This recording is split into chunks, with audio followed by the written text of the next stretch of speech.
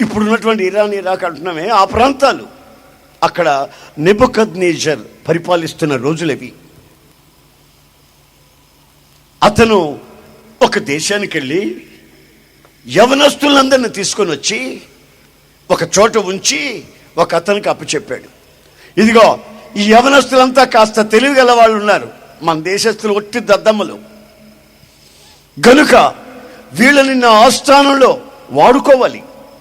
అందుకని వీళ్ళకి మంచి భోజనాలు పెట్టి మన దేశపు చరిత్రలు, మన దేశపు శాస్త్రాలన్నీ నేర్పించి వీళ్ళని సిద్ధపరిచి నా ఎదుట నిలబెట్టాలి అని యవనస్తులందరినీ ఒక వ్యక్తికి అప్పచెప్పాడు.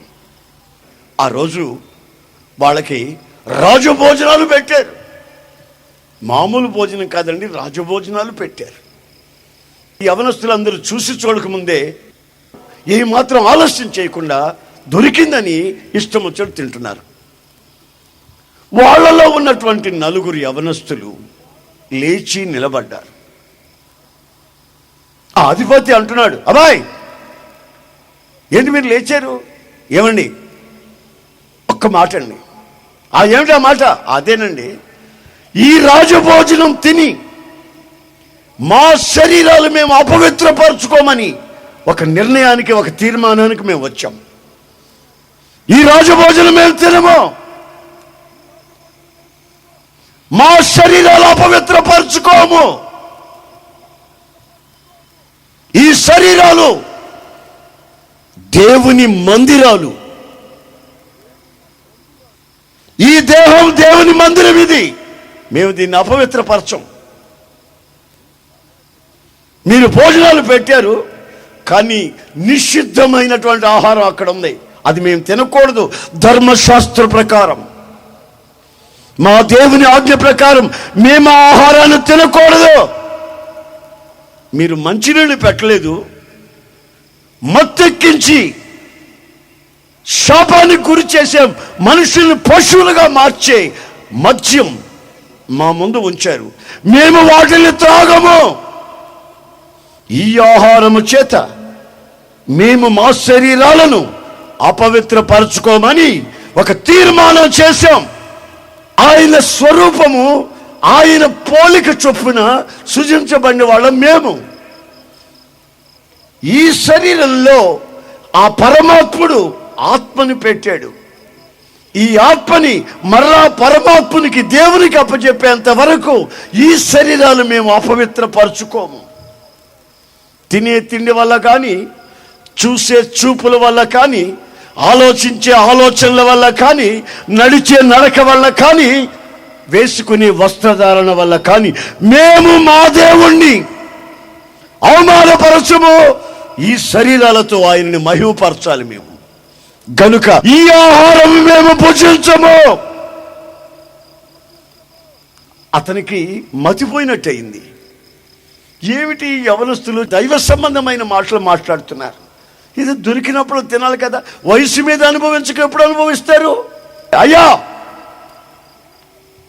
మీరు శత ప్రయత్నాలు చేసిన, మీరు పెట్టిన ఈ అపవిత్రమైన ఆహారం మేము తినం. మా శరీరాలు అపవిత్రం అవుతాయి.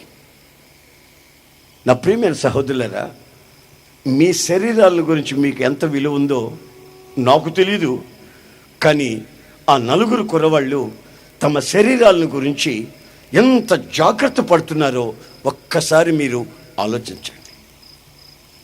తర్వాత వీళ్ళు కోరుకున్నారు, ఏదో ఒకటి, ఏదో ఆకుకూరలో శాకాహారాలు ఏదో పెట్టండి, మేము అంత తింటాం, బ్రతికేదానికి తింటాం, మేము తినేదాని కొరకు బ్రతకము, మేము బ్రతికేదానికి అంత తింటాం, కనుక అంత ఆహారం ఏదైనా పెట్టించండి.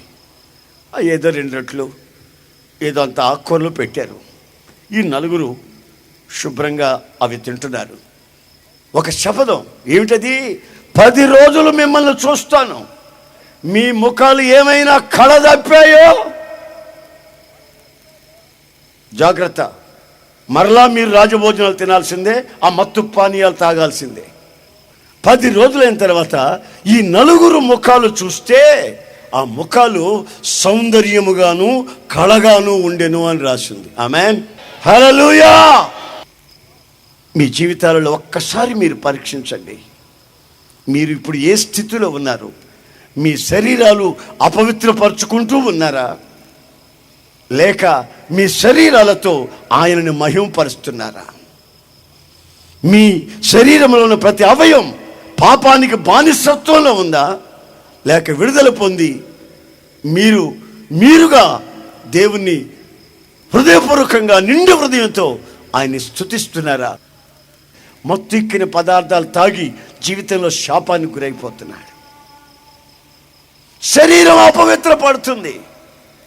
అపవిత్రపరచబడకూడదు అనే ఒక తీర్మానం నీకు కలిగి ఉండాలి. అలా తీర్మానం కలిగిన వ్యక్తుల ముఖాలు చూస్తే సౌందర్యముతోనూ కళకళలాడిపోతున్నాయంట.